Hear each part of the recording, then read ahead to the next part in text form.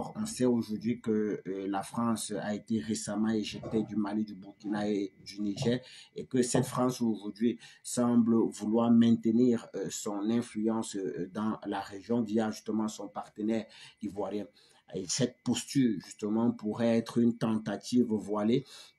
de Paris pour non seulement regagner du terrain dans une région où sa puissance, non seulement militaire, mais diplomatique aujourd'hui est de plus en plus contestée, mais également une volonté manifeste de pouvoir revenir au niveau de ces États-là à travers un certain nombre de moyens. Alors, il convient aujourd'hui de rappeler que les multiples tentatives de la France de déstabiliser ces États, les États de l'AES qui rassemblent le Mali, le Burkina et le Niger, que ces multiples tentatives de déstabilisation de ces États par le biais de la Côte d'Ivoire a été un échec. Ainsi, on comprend que les tensions aujourd'hui qui existent entre Abidjan et Ouagadougou, qui est un État membre de l'AES, avec précisément un ensemble de déclarations épistolaires, ces tensions qui se sont intensifiées ces derniers mois avec également les déclarations du président burkinabé, son excellent le capitaine Ibrahim Traoré, qui a publiquement accusé la Côte d'Ivoire d'abriter sur son sol un centre d'opération de déstabilisation de son pays.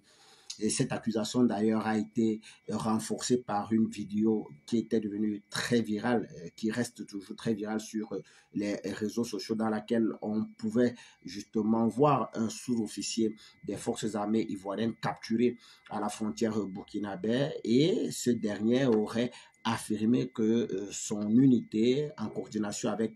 l'armée française, préparait des attaques contre le Burkina Faso. Et donc, ce sont des révélations qui ne font qu'alimenter la méfiance croissante des pays justement de l'AES, de l'Alliance des États du Sahel, envers la Côte d'Ivoire. Il est important ici de rappeler que selon ces pays qui considèrent la Côte d'Ivoire comme étant un mandataire de la France, il est judicieux pour eux de maintenir non seulement cette distance-là, mais également de prendre avec beaucoup de tact tout ce qui se dit ou tout ce qui se fait de ce côté-là, dans l'intention manifeste de croire qu'ils voudraient véritablement faire revenir ces États au sein de l'OIF. Et donc, l'appel de la Côte d'Ivoire à ouvrir un dialogue nécessaire, un dialogue sincère autant pour moi avec le Mali, le Burkina et le Niger à travers l'OIF, l'Organisation internationale de la francophonie, peut sembler louable. Donc c'est modeste au sens premier du thème, c'est appréciable à première vue, mais il soulève également de nombreuses questions sur les véritables motivations de la Côte d'Ivoire et son influence française, autant pour moi, l'influence française à vouloir maintenir justement sa présence dans cette région.